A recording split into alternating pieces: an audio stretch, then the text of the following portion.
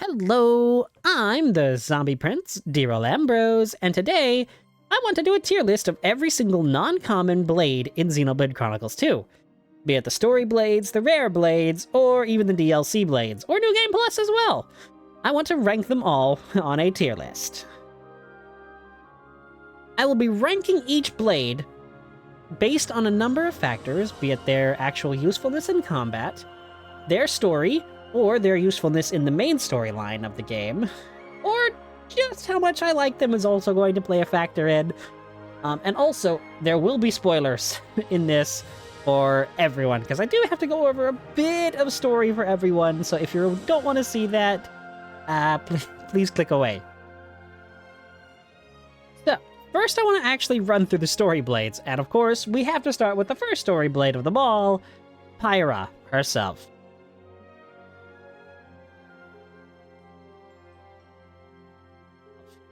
Now, Pyra's actually a really interesting placement for me, because I want to put her in, SSR tier, super rare. But at the same time, she's not super great in combat compared to Mythra.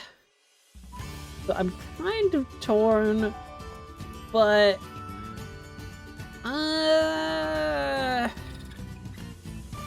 I think I'm going to end up putting her in super rare.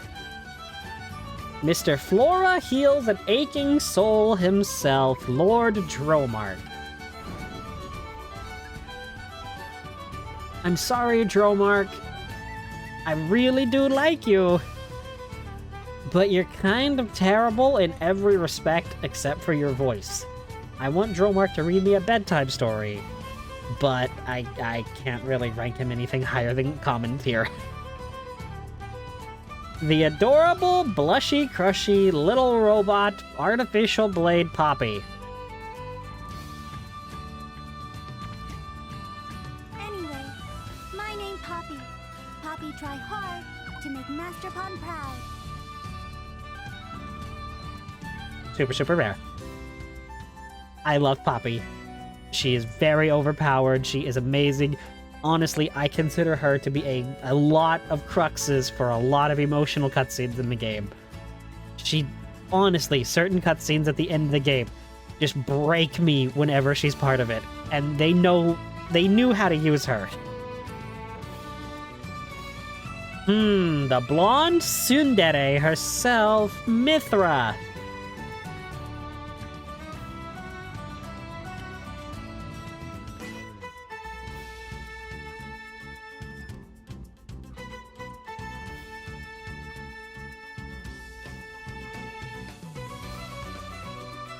This is another immediate SSR. Like I thought I was going to put all the story blades up here, but I'm immediately putting 3 of the 4 I've done. And that trend is probably going to continue. But, I mean, Dromarch isn't up here, so he's fine. But no, Mythra. Super amazing in combat, super great for crits, art spamming, amazing in the storyline. Oh, she is kind of the main story, so it kind of fits that she's up here. Poppi Quixotic Tutelar, or Poppi QT.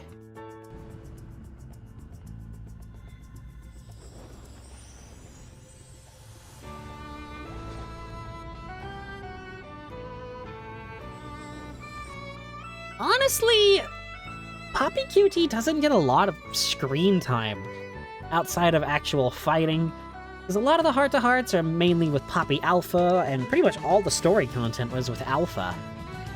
And really, I don't use QT outside of, very specific blade combos, because she's absolutely outshined by Alpha and, of course, QTPi, who we'll get to. So, I can't rank her super high, but I also can't rank her low because she's Poppi. I'm gonna probably end up slotting her right into the middle, the super rare tier. Now, where do I put the Jewel of the Empire? Just when I thought I could enjoy a little peace and quiet. I have always found Brighid, especially with my latest playthrough, I have always found Brighid to be so overpowered. Maybe she's not as, the community's consensus, but I think she's amazing. just because, you know, I've been playing a lot as Lady Morag in my recent playthroughs, and wow, Lady Morag is so good, and I feel like a lot of that comes from Brighid, and all of the, you know, complete evasion arts on Brighid. Also, I kind of like her ties to the past, I kind of like her doubting herself, and, you know, her being kind of a mouthpiece of our blades the same throughout history, even despite their changes. So, I'm gonna put her SSR tier.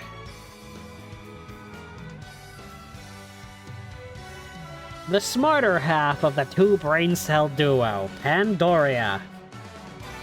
Behold my blade, Pandoria! You know what? I really love Pandoria, but it's also a, you know, an extension of my love for Zeke as a character. So, I mean, she's also really good in combat, especially if you have New Game Plus and you're using the Eye of Shining Justice with her. On Zeke, she can become so stupidly overpowered. But I also love the Big Bang Edge weapon. But I understand that she's also probably not as good as I'm making her out to be outside of New Game Plus. But I also love her personality, where she'll just roast Zeke for no reason, just to tease him. So, another SSR. Everybody's favorite Welsh cat girl tomboy herself, the healing goddess of Xenoblade Chronicles 2.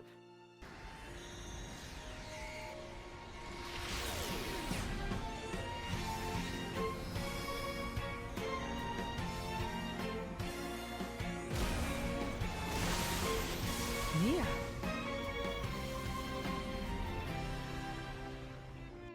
SSR. I've already made an entire video about why I love Nia. I don't feel like I need to go into it too much.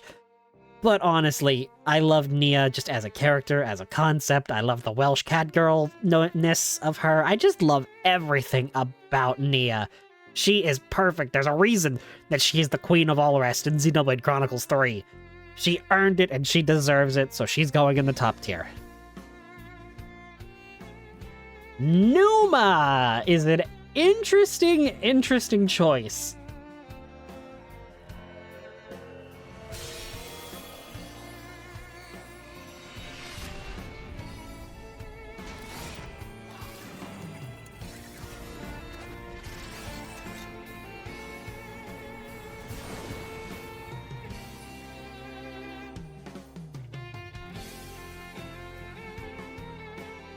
Because I actually don't know where to put her. Because on one hand, she is the most overpowered blade, aside from one other, in the game. You can't die while using her, at least I've never seen that you can. She has access to every single element. She has an amazingly spectacular level 4 special with New Game Plus. She has so much story about her. She is, you know, the culmination of Pyra and Mythra. But she also doesn't get a lot of screen time or development, and also her affinity tree is locked, so she's always at her weakest. If they ever do a definitive edition, I want them to unlock her affinity tree. But I think even with all of that, I still have to put her at the top of SSR. Also, probably Nia goes up here as well, just because of how much I love Nia. Poppi Quantum Techno Champion Pi.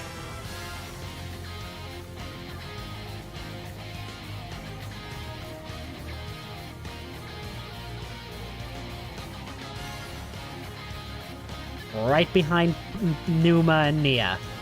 Poppi QTPi is the most broken blade in the game.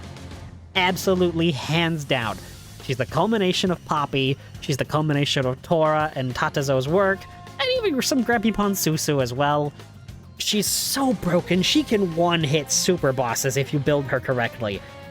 Honestly, Tora created a weapon of mass destruction to rival the Aegises when he built Poppi Quantum Techno Champion Pi, or QTPi.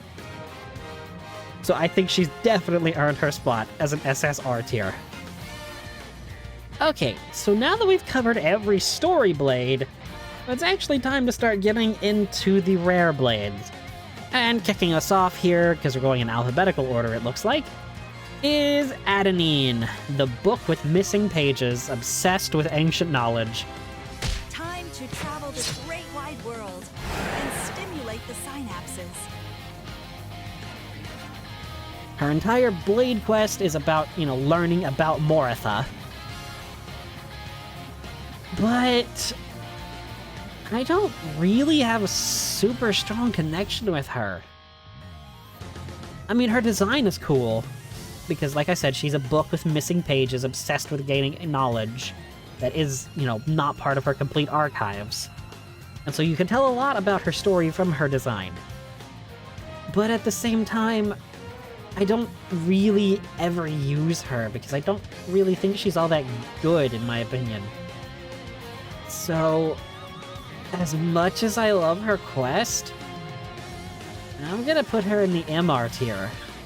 The mega rare, better than common, but not as good as they could be. Okay, where else am I going to put the common blade other than the common tier? Let my sword be your safeguard. I have never used Aegaeon in any sort of meaningful way. I don't understand him. Even on Lady Morag, like I was praising up with Brighid, all of his evasion arts just feel worse. And by nature of him being a water blade, it doesn't really fit a lot. Like, I mean, if you have Aegaeon, you're probably also going to have Nia already. And Nia is just an infinitely better water blade for combos. And there's also, others that just outshine Aegaeon in so many ways. I do say he has one redeeming quality in the fact that, he can still see Emperor Nile after Emperor Nile lost him and he returned to a core crystal. And so you get kind of a weird, interesting insight into a blade that can meet their former driver. So, I mean, that's cool, but that doesn't knock him up enough into any higher tier for me. The rock girl that doesn't like bugs. Agate.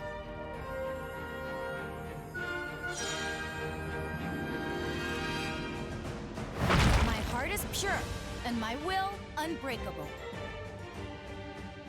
This is actually a really interesting one, because I have absolutely no connection to Agate.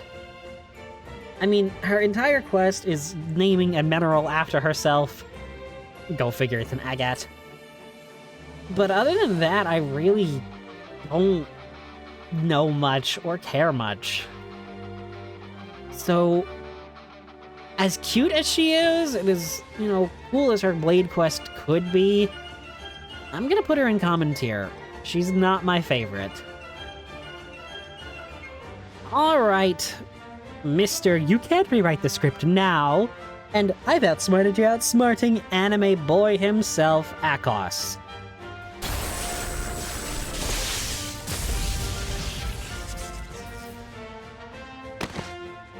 I have just the role for you. He's a New Game Plus blade, but also, I've gotta immediately knock him down a couple of pegs, because his blade weapon that the drivers can use is not his bow. I don't understand why they gave him a melee weapon instead of giving him his bow. He can use it in some of his specials, and that's pretty cool, but he doesn't have his bow as a usable blade.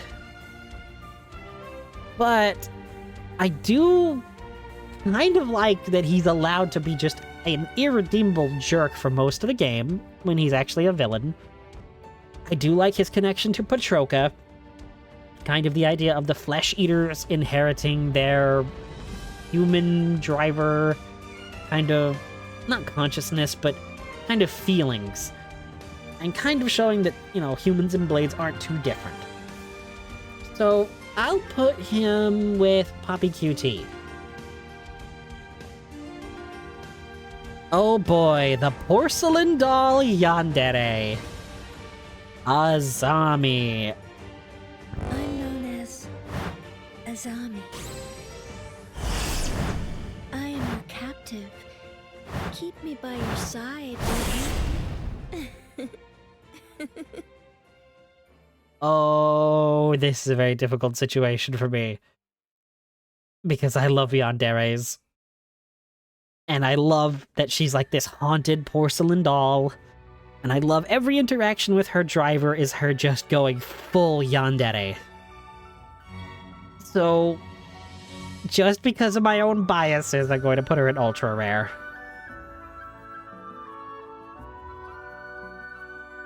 Next up is what happens if Sonic and Kirby were to somehow genetically combine. And we get Boreas. I will eat everything that All Rest has to offer. Now, this is another character I really don't have a lot of connection to. I really only think of Boreas as the one joke of, oh boy, I eat a lot. And to me, that's not really a compelling character. Even his Blade quest about being in the competition with the thief, I can't remember his name right off, the Nopon thief. It's not all that great, because, I mean, Boreas doesn't really change too much by the end of it. He's just kind of food-motivated, and that's it. So, I'm gonna put him with Adenine in Mega Rare tier. Not bad, but could certainly be better. The invention of Grampypon Susu, the PoppiBuster armor.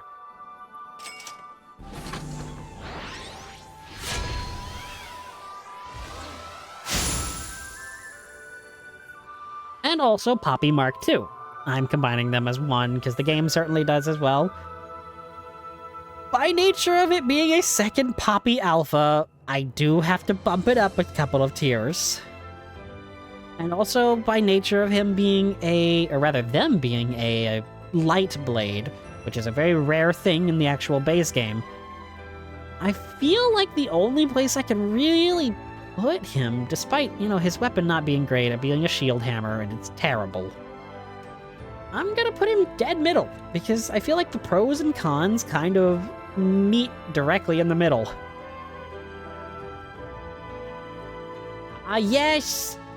The swordy boy, the anime sword boy himself, that's obsessed with justice and doing the right thing. Hey, I don't mean to brag or anything, but I really am that good. Catch you later. For as cringe and annoying as his character is, he's immediately going behind Poppi QTPi in this tier. Because this kid is so stupidly overpowered. Honestly, he's a DLC blade. His entire kit is light-based and healing on AoE damage. It's ridiculous the amount of damage you can get from his level 2. And don't even get me started on the level 4 being so cool and him actually using Durandal. It's amazing. And also his Blade Quest gives us one of the most iconic lines of, "Ah, Tora, get it? Marcel is big racist." It's like, why? And just for that alone, I feel like he would at least be an ultra rare. And then combining his kit on top of that, it's just so much better. Okay, I'm gonna be honest. I have no idea where Cressidus actually is in the real main story. He's a new game plus, and his whole thing is being a wrestler. I am the champion, my friend. But that's about it for all I know about him. I don't even know whose blade he is in actual Xenoblade Chronicles 2. I want to say he's a Patroka blade, or maybe Mikhail? But other than that, I've got nothing. So, I'm gonna have to put him in common, because I know nothing, so I care nothing about him, as sad as that is. Next up is Little Miss Notice Me Senpyra. I'll do my best to brighten things up.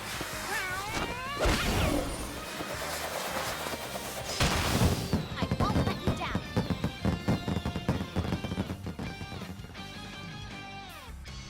Yeah, I don't think this is shocking anyone if you know Crossette. Crossette is amazing. She's great. She's a great healer, great damage. Her entire plot is just her wanting Pyra to notice her. Like I said, notice me, send Pyra. And she also makes fun of Mythra at certain times, so that's just adorable. So I think that earns her a spot in SSR tier. The Pompous Prince. I am Dagas. Lower your gaze, underling. Now this guy, I stated in my Xenoblade Chronicles 2 playthrough here on the channel a lot. I hate Dagas. I hate him with a passion. I know that a lot of people like him. I've learned that since I posted that stream, I created that stream. But goodness, I can't stand him. So he's going in the lowest of common tier for me. He's a jerk. His Blade Quest, I don't really feel like gives him a lot of development. I've seen some people saying, oh no, he learns to treat the party a lot less like servants and more like friends, and no, I don't see it. I've got to go against the community on this one. I don't like Dagas. And continuing with blades that I cannot stand, it's the Snow Bunny, Dahlia. The name's Dahlia. Allow me to make your life as enchanting as possible. Immediate lowest of common tier alongside Dagas. I cannot stand her. Her design caused so much controversy with this game. It smeared this game's reputation. Her design does not match her personality, in my opinion. Her Blade Quest is nice, but again, it does not fit her design. And again, like I said when I got her in my playthrough, I don't mean any disrespect towards the artist. I've seen her artist's other work, and they are phenomenal.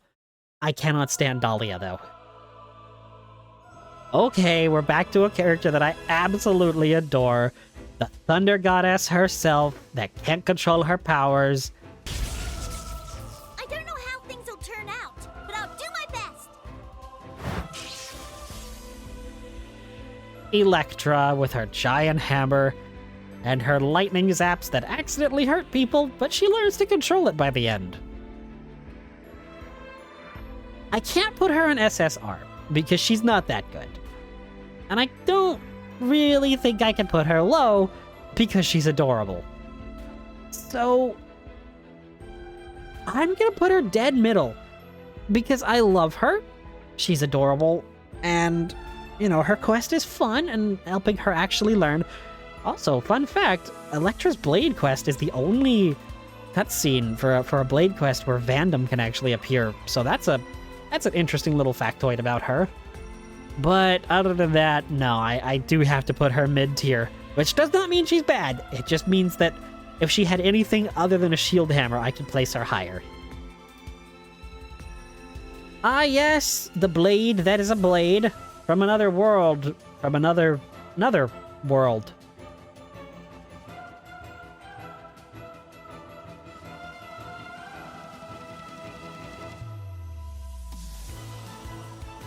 Alba from Xenoblade Chronicles X, a guest DLC character coming as a blade. SSR, hands down, gives us access to Overdrive in Xenoblade Chronicles 2. That thing is busted. The way they implemented Overdrive in 2 is so stupidly overpowered. She is well worth the challenge it takes to actually unlock her. Honestly, Alma can just fell super bosses so easily with Overdrive, and the fact that you can keep reactivating it with the party gauge is so dumb. I love it, because it fits her, it fits Xenoblade Chronicles X, and it just makes everything a joke if you know what you're doing. So I think she well earns her spot in SSR. Another guest character, Fiora, Shulk's girlfriend and eventual wife. Spoilers, like I said.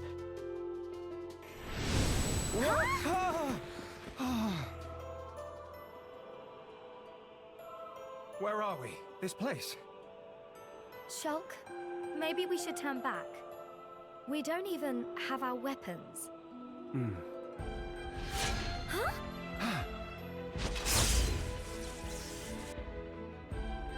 Now, this is interesting, where Alba gives us overdrive and Shulk gives us other powers, which I'll mention later. Fiora doesn't really have a lot that I know of. And you could roast me in the comments if I'm absolutely wrong on any of these. I welcome it, actually, because I want to learn more about my favorite game of all time. But I don't know if Fiora's actually that good as a healer. She's a Windblade with healer class with her dual knives from the beginning of Xenoblade Chronicles 1. But other than that, compared to the other DLC blades, I do kind of have to put her in lower tier. Which sucks, because I do love Fiora, and I love her story in the first game, and there are allusions to it, with certain conversations between her and Poppi. You know, I just talked myself into bringing her up a tier. Because they reference her story from 1, I'm gonna put her higher. Welcome to SR tier, Fiora. You convinced me to put you here. The Bird Brain, and also the favorite character of a very prominent Xeno Theory channel. One freshly hatched Finch at your service. Are you Finch's new driver? Finch, the forgetful bird. Honestly, I know I've hated other characters, like, well, I didn't hate Boreas, but I'm not a big fan of characters whose one joke is all that they're known for. But with Finch, I can actually really make an exception, just because she is so endearing. She's adorable with her forgetfulness. And with her Blade Quest kind of coming really at a time in the story where you need a little bit of levity, I think is when it unlocks, is like Chapter 7, Chapter 8. You need that levity because the story is getting a bit heavy. So I think she offers a lot of just relaxation in those really late game story beats. And also, you know, her getting into a fight with the Empress, or the Countess rather, not the Empress. I think I'm gonna put her in UR tier despite her shield hammer, just because her story and her Blade Quest kind of bumps her up. The androgynous femboy plant. My cuteness can soothe even the savage beast. Florin! Florin is an actual really interesting case. Again, a lot of them are. A lot of the blades are. But Florin especially. Because I'm pretty sure that his weapon is amazing. I mean, depending on the driver you put Florin on, the bit ball could be so crazy. I think in my playthrough, I ended up getting him on Zeke. And wow, Florin's specials and everything have kind of really impressed me. Not as much as another Earth Blade that's a healer, but I at least have to put Florin in mid-tier. And then, you know, with his quest line, which I don't actually remember, I'm gonna put him in UR tier. Oh boy, it's the Flames of Justice Ice Blade, immediate common. My name is Godfrey. Whoa! The hammer of justice packs a mean punch.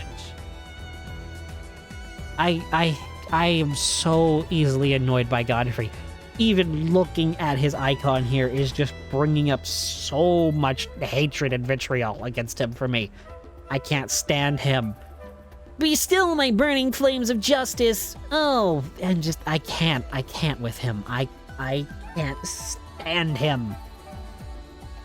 So he goes in common. I think people understand why. Also, he's not even that good of a blade. And he is a shield hammer. Like, they gave him all of the worst traits, I think. The Merman? I always got Merman vibes. But the Merman Patissier Gorg. Call me Gorg. It is a great honor to have met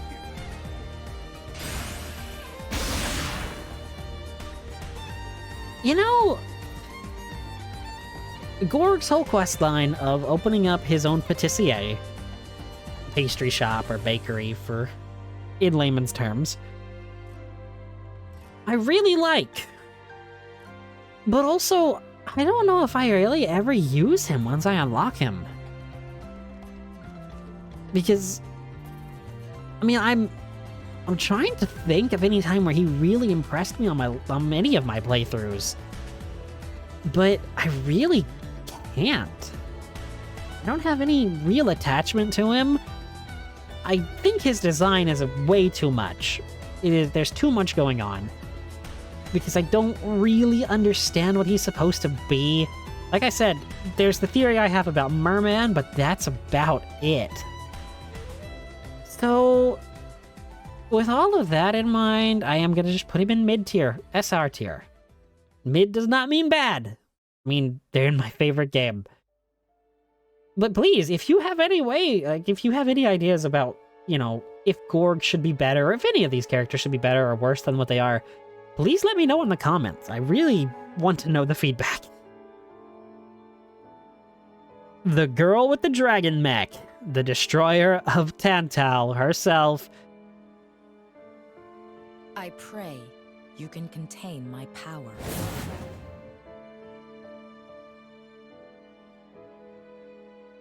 Herald! Immediate SSR. Immediate. She's so amazing. I love her story. Her guilt about destroying Tantal, or at least part of Tantal.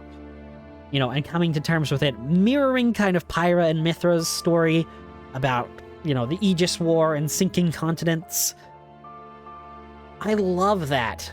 And honestly, I feel like her fleeing into Spirit Crucible Elpis to kind of dim her power so she can just fade away into the ether is a really depressing note, but it is very poignant. And being able to break her out of that depression and that kind of fear of herself to make her realize that, even if she does go berserk, we can still stop her, we can still keep her alive. I think she's such a well-written blade. And on top of that, her weapon is amazing. The Ether Cannon, and no matter who you put her on, she's going to excel. So I think she definitely earns her spot in SSR tier. The bringer of misfortune, the adorable mummy herself, Cassandra. I will work day and night to ensure our happiness.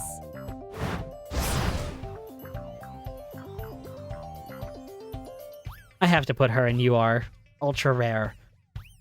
Just because, I love her attitude. I love her happy-go-luckiness. I love that she doesn't even realize that she's a cursed mummy. I think it's actually really funny, and I think it's well done, where she's trying to do good, but her cursed mask just causes her to do bad. Not even intentionally, and just bring misfortune. But she always smiles through it. And yes, a lot of this is also coming from the fact that on my latest playthrough on stream, a friend of mine called Cassandra my girlfriend, and it kind of stuck as a bit of a joke because of how much I kept saying that Cassandra's adorable, which she is. I will continue to say it. So yes, Cassandra, welcome to the ultra rare tier. The Electric Cheerleader.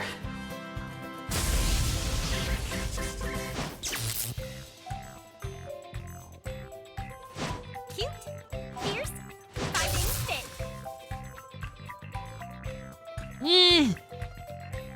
SR tier.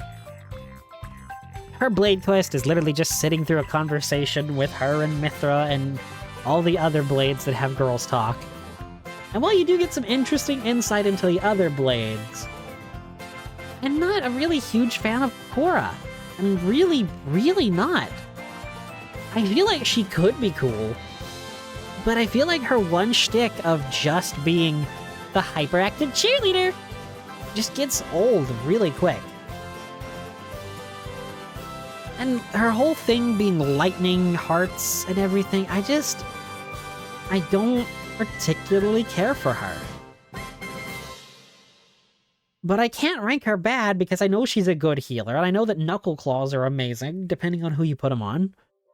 So I kind of have to put her in mid-tier.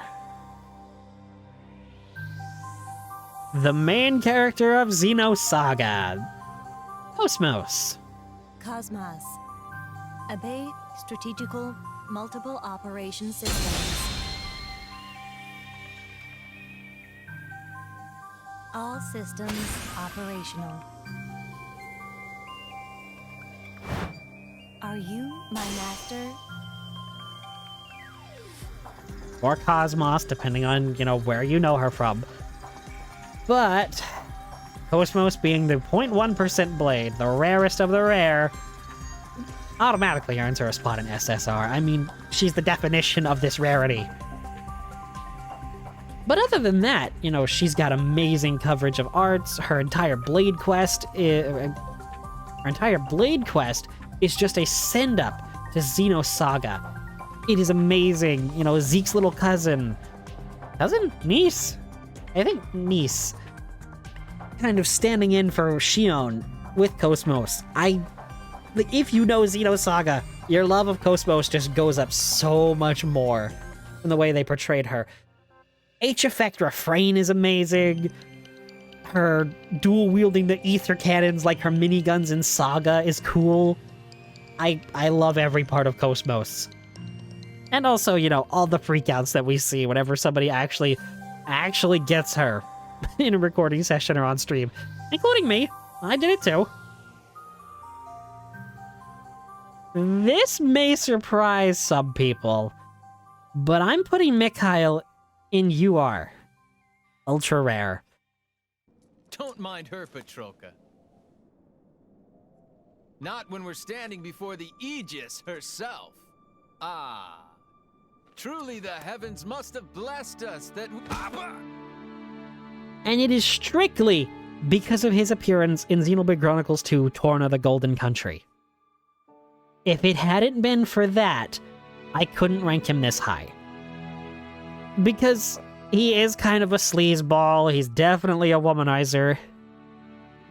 But seeing his past with Torna the Golden Country really paints him in a bit of a new light for me. And also, him being a Blade Eater that Amalthus thought was dead, and that kind of being revealed, and then him sacrificing himself to save the party so they can go fight Jin and Malos. I think it really bumps him up. Otherwise, if he was just strictly the womanizer character, thirsting over Petroka, I would probably rank him down here in common. But because he actually has a bit of a character arc and history, I'm gonna put him in ultra rare. The battleship nerd that is also obsessed with bodybuilding. The four-armed blade herself, Newt. The name's Newt. Standing by for your orders. I have no idea where to rank her. I'm going to be completely honest. Because on one hand, she is another one trait shtick kind of blade. But on the other, I don't know, something about her is just weird and kind of cool. The four arms are a bit of an off-putting thing, like the two giant arms and then her two normal ones. They're a bit weird and off-putting, but the way they actually use them in her blade quest, with her catching the cannonball from the Titan weapon, and then subsequently breaking the Titan weapon, I think is pretty interesting. Her being a mega nerd over Titan battleships is cool. But her outfit is really, I'm not even sure you can call it an outfit. I'm really torn on where to put her.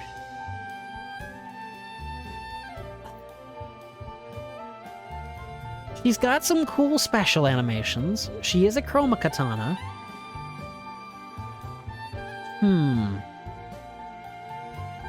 She's a fire blade, but she's immediately outshone by Brighid and other fire blades. I'm sorry, but I kind of have to put her in MR. Mega rare. No, I'm gonna bump her up to SR. I have to bump her up to SR. The Phonics Girl! Nim! Call me Nim. And these are my friends, Kit and Sunny. I do hope we can be of service to you. We'll do our best. Okay, full disclosure. before my latest playthrough, she would have been in common. But because of my latest playthrough, she's going in ultra rare. She's really good at healing. Her level 3 with the AoE laser beams, where she spins around with Kit and Sunny in a circle, doing a 360 AoE damage heal, is so amazing. Her level 1 doing the same, but it has much less healing, is amazing. Her entire storyline with, going after the Phoenixes and kind of being anti-Morardain is really funny. But it's also, they make fun of her at the end for failing to actually negotiate with the monster.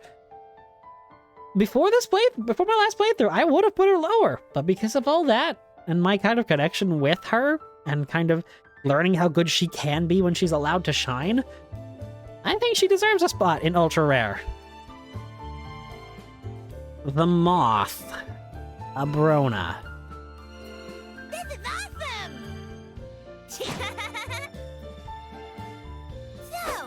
who's my new driver then?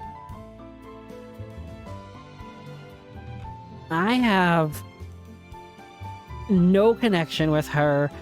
I said this during my latest playthrough. Her voice is very annoying. I think a lot of people say the same thing.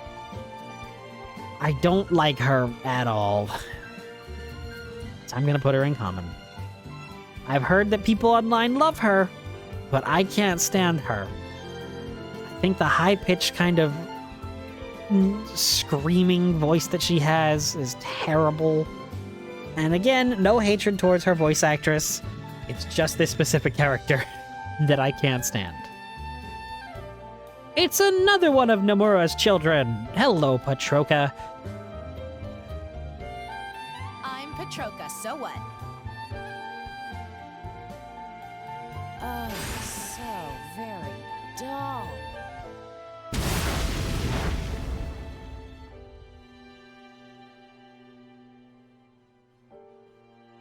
Honestly, I'm gonna put Patroka in Mega Rare. Because I don't really know if she's all that good.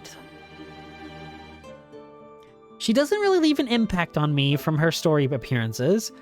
She's always a jerk to Akhos. And I get that she's maybe trying to play up the tsundere angle in Torna, with her relationship with Mikhail, where she's always kind of just shrugging him off. But I'm not really a huge fan of tsundere type characters, so it doesn't really hit with me. Imagine that, the yandere fan not liking tsunderes. So I kind of have to put her in Mega Rare. The Fat Controller, or Sir Topham Hatt. My name is Percival.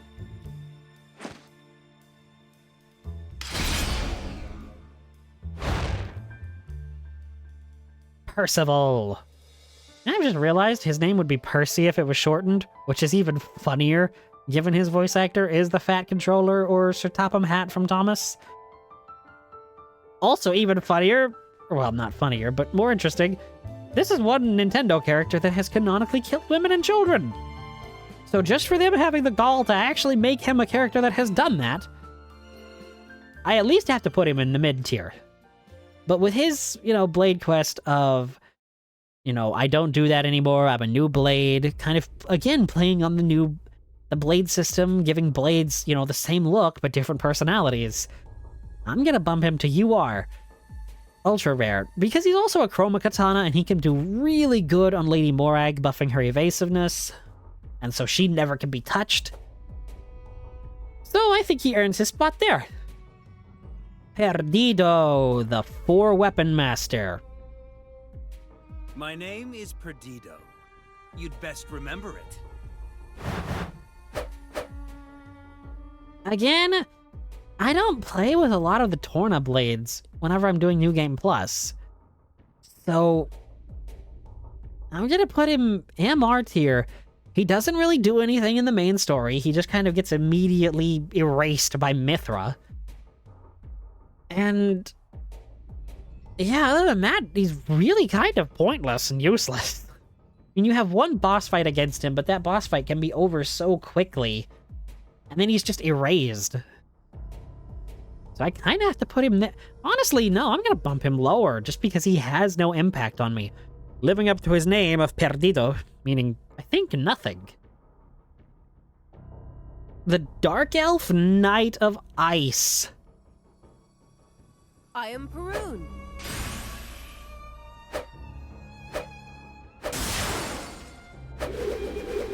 I swear this. I will uphold virtue wherever our path leads us. Perun. This is another character I don't know how to rank.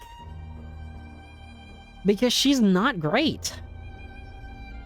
She really isn't. I love her design. I love that she's, you know, a knight. She's kind of like a typical fantasy dark elf knight. I love the contrast of her darker skin tone with her white hair. But I don't know where to rank her. Because her whole Blade quest is about saving children that have been captured and about to be turned into Blade Eaters. So again, we get more expansion on the main story ideas. But she's kind of awful in combat from what I remember. But I feel like just because of her connection to the main story and expanding on that, I'm going to put her in SR. Mid-tier. Not bad, not great, mid-tier. And speaking of expanding on main story things, Praxis.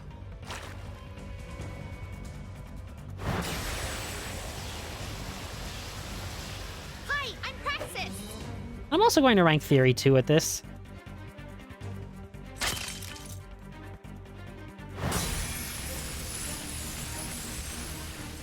I am called Theory. This is a really interesting set here, Praxis and Theory. Because I'm going to rank them the same. And I'm going to put them in UR. Ultra rare. Both of them. I feel like Praxis, you know, being the first to go, being the first to revert to her core crystal, and then, you know, Theory meeting the new Praxis not knowing Theory, and then, you know, Theory reverting to her core crystal, and then new Praxis having to meet new Theory, but also being guilty of the stuff that old Praxis and old Theory did, is a really interesting take on the Blade system. I really, really love that. I think Theory is slightly better in gameplay than Praxis, but I'm still going to rank them the same, and ultra rare, just because of their connection to the main story elements and the lore. Rock! Always have been, always will be.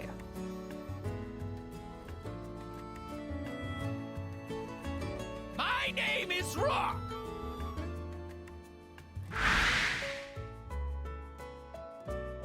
I want to put him high. I do.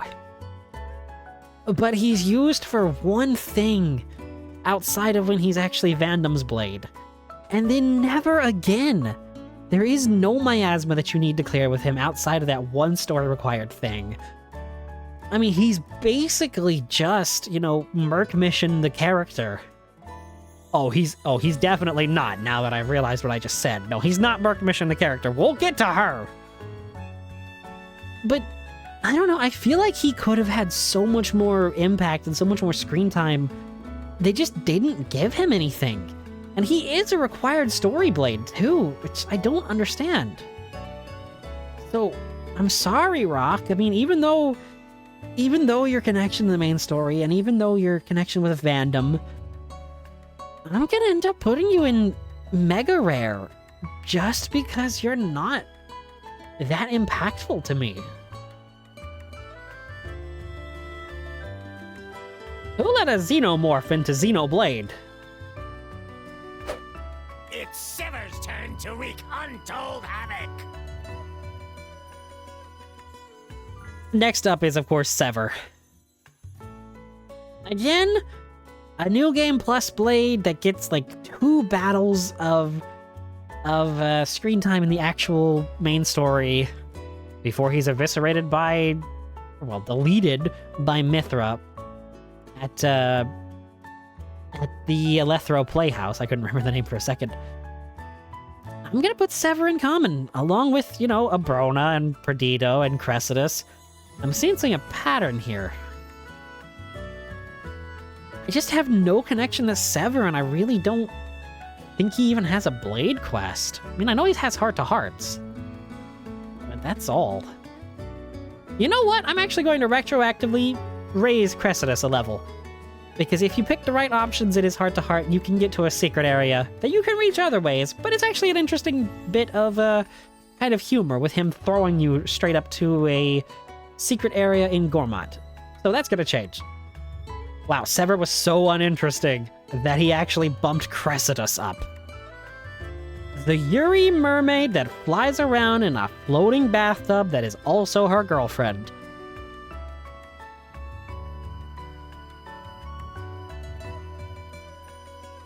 We are Sheba, lover of beauty, wealth, and banquets. To wit, we dream of assembling our very own entourage. And to that end, we must acquire all the assets we can. We expect you to support our noble cause. Bathsheba, which is hilarious when I realized that that was the joke they went with for her name. She flies around in a bath, and her name is Sheba. Just for that alone, I think she deserves UR tier. Ultra rare. Her whole quest about wanting an entourage, but if you know the Japanese, she straight up says harem, I think is a really, really bold move from Monolith. I mean, even in the English version, it's pretty much there. Like, the subtext is there. So I'm pretty sure that I could at least put her there in UR tier. Also, you know, her just straight up kicking a Nopon across the world is hilarious. So, she definitely deserves an ultra rare spot. Fancy meeting you here, Monado boy.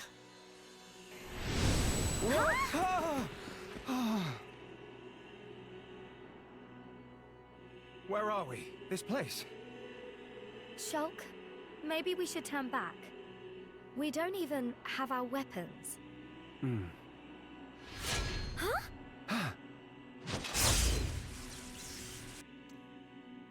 You'd think I want to put him in SSR tier, just because of his vision ability and his ability to purge Awakened. Wait, no. Rage.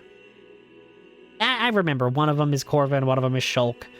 I don't remember. No, Awakening. Elemental Awakening is Shulk. Okay, so yeah, I had that right.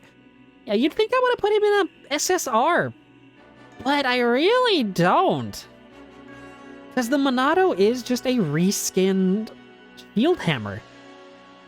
But on the flip side of that, seeing other characters actually able to wield the Monado, the post-battle quotes between Shulk and Mythra, where Mythra knows about the true nature of the Monado, and Shulk promises to talk to her and say, hey look, I'll tell you everything, just later. I think is really interesting world building, given, you know, certain story beats from past, present, and future games, as opposed, like, at the time of 2.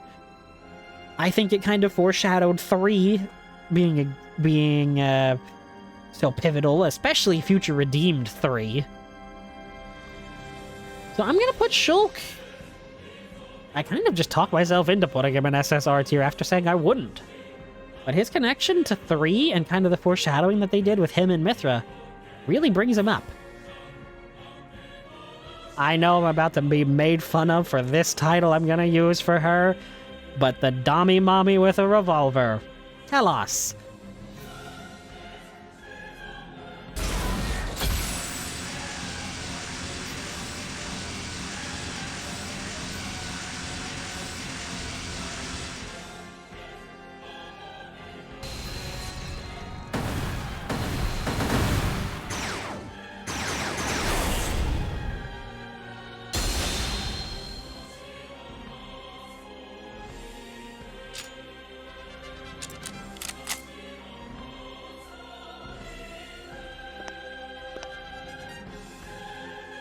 I'm going to be honest, I have not played enough of the Saga games to really know T-ELOS from that series. But the fact that she's so cool, she's so overpowered. She rivals KOS-MOS, but is also a Dark Blade, which we don't really get a lot of good Dark Blades in the base game. So, I mean, for that alone, and also being a Xenosaga character, I'm going to put her in SSR. I feel bad putting so many of the DLC characters up here, but, I mean, Pay to Win does exist for a reason, and it is a kind of a gacha game, so it kind of fits that the DLCs would be better. But I feel like, well, she's not even really a DLC, is she? She could just be unlocked after the main story is completed, so she's really not even Pay to Win. Huh. Well, yeah, I think just because of her story, or her guest appearance, also her Blade quest is really cool, kind of dealing with the Endoline sympathizers still around the world. And also that cutscene where she just straight up crushes a man to death by stepping on him, that had to have activated at least 3 people's neurons. At least 3. Probably more, but at least 3. Oh, from T-ELOS to Ursula.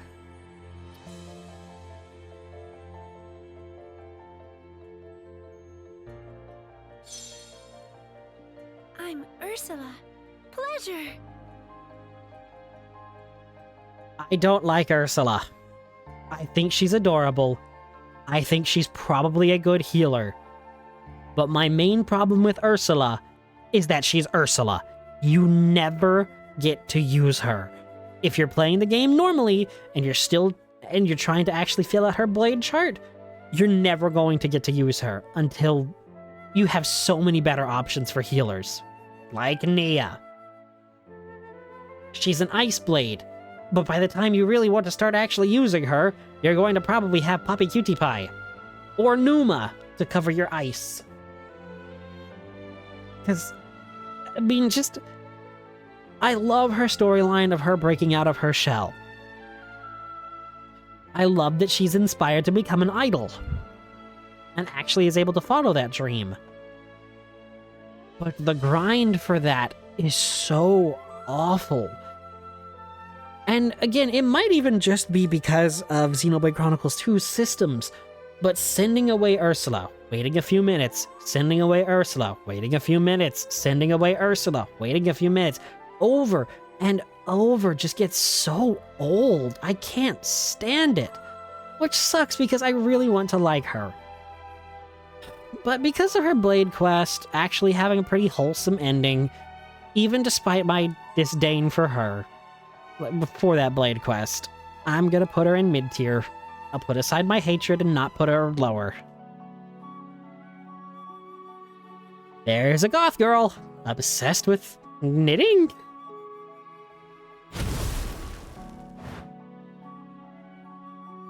Who dares call upon Vale? Yeah, this is a weird character. Vale's pretty cool. And her Blade quest all about, you know, the Nopon actually making sacrifices to try to revive a demon is super wild. I mean, this game goes crazy sometimes with its characters. And even her heart-to-heart, where Pyra and Mythra are just kind of teasing her. Oh yeah, I was doing super dark magic. Really? That's not what Mythra said. And then her getting embarrassed and angry at Mythra, while Pyra is still her. That's a weird statement, but it makes sense in context. I just find that really fun and endearing. And no, I'm not ranking her high just because she's a goth girl.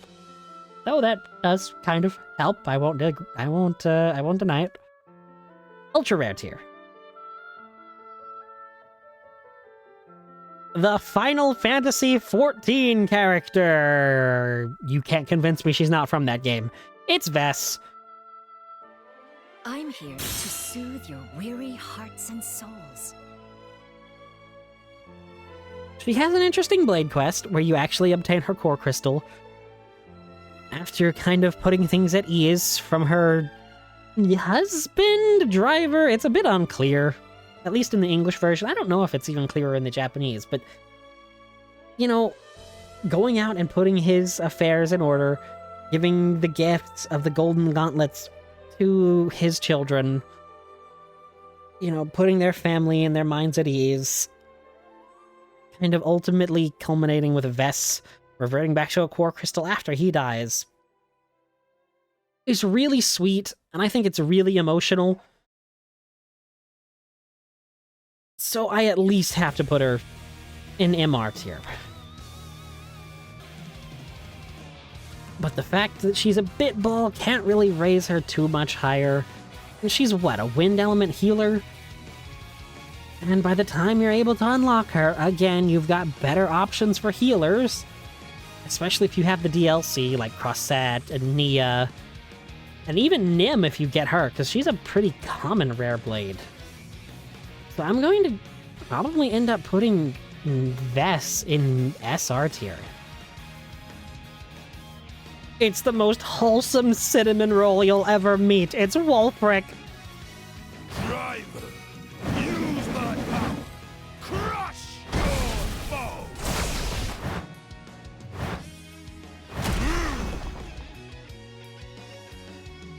Immediately you are tier. Immediate ultra rare. Wolfric, like I said, is a cinnamon roll who just gets judged too harshly. Just because of the way he looks. He's adorable. How could you hate him? Honestly, you know, his entire heart-to-heart and Blade Quest is all about overcoming appearances. You know, and people putting aside prejudices just because of how someone looks. I think that's a great message. You know, look at the person instead of how they look is such a good message. So I have to go with Wolfric, being an ultra rare tier. You've earned it, buddy. Keep being that wholesome cinnamon roll you always were meant to be. Don't let anybody put you down, and if you do, or if they do, pick them up and throw them into the sun. The final blade. The pretty much not covered by anything at all, barbarian girl Zenobia. I am Zenobia.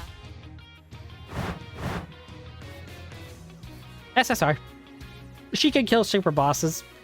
I mean, her entire thing is just wanting to be the strongest. She wants to fight Mythra, she wants to fight Brighid, she wants to fight everyone. Her entire Blade Quest is all culminating with a fight against an unkillable being which she kicks into orbit. She kicks the thing that can't die into orbit. How could you not love her? She's nuts. She's insane. And she can also kill super bosses and unique monsters so well. Her entire kit is based around them. She is amazing. Honestly, I'm gonna put her right behind Corvin. Yeah, I think she's well enough to be up here with the top 5 heavy hitters. So, our last blade ends up being an SSR. So, that's my final ranking. Do you agree with my list? Do you think I should change them? Or do you hate where I've placed certain blades? Please let me know down below. And I've also got a lot more short-form content coming soon, so please stick around for that. And of course, if you want to see my playthrough of Xenoblade Chronicles 2, it'll be linked here as well. And I've been the Zombie Prince, Dearil Ambrose, and I bid you all adieu.